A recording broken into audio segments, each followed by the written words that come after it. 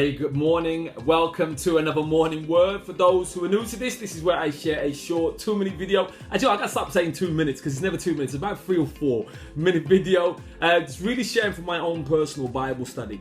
I always say this, okay, so I don't get this twisted. I am not a pastor. I'm not a teacher of the word. I'm just someone who fell in love with the Bible because I saw how it transformed my mind. It renewed me and took my life from here to here, and it's about to go to here. I truly believe that, and I just really pray that same inspiration that I get from the Bible, you will get as well, and then you'll even go away and get your own revelations and dig deep into this book, because there is so many good things that you could take that will take your life to the next place. Okay, so let's really get into this. For those taking notes, and once again, I always advise that you do, we're going to be reading from chapter 21 of Genesis, verse 8 and 10, and he reads this: "The child grew and was weaned, and on the day Isaac was weaned, Abraham had a great feast. But Sarah saw that the son whom Hagar the Egyptian had borne to Abraham was mocking, and she said to Abraham, 'Get rid of that slave woman and her son, for that slave woman's son will never share in the inheritance with my son Isaac.'" Now, understand this, okay? Sarah's now giving grief to her husband, mad grief to Abraham. Now the question is this: whose idea was it for Abraham to sleep with the maidservant? Was it Abraham's? No. Was it Sarah's? Yeah. Okay, now here's the thing. If Sarah had taken a moment and just waited on the promise, been patient, if Sarah had thought through all the consequences of her action of telling her husband to sleep with the maidservant, she wouldn't now be getting, as we term in our community, vexed. She wouldn't be getting vexed right now, saying to Abraham and stressing out Abraham, saying, "Yo, you go and deal with that."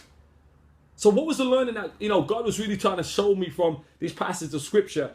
It was really, what choices am I making today? That was a question God was asking me. What choices am I making today, and will they have an effect on my tomorrow?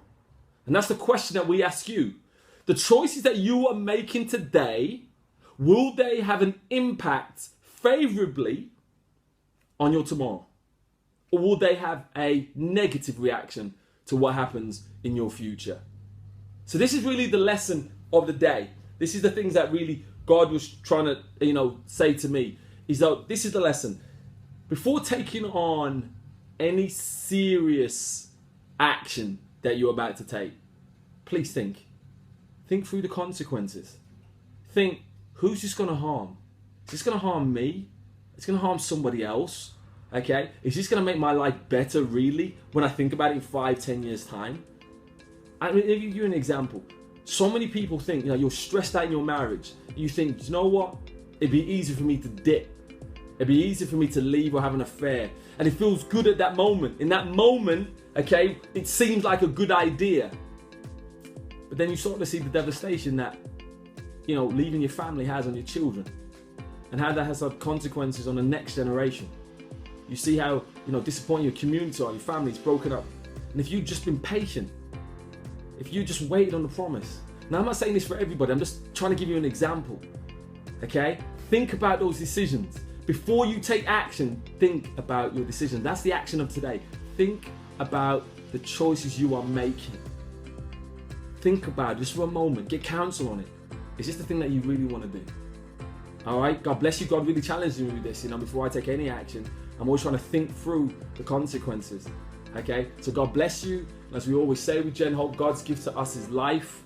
What we do with that life is our gift back to God. Yo, please, if you're looking to find a little bit more, are you trying to dig deeper into this, or you're trying to find your way, please hit us up, message us, and we will get back to you. So God bless you, and hope to see you at the next morning word.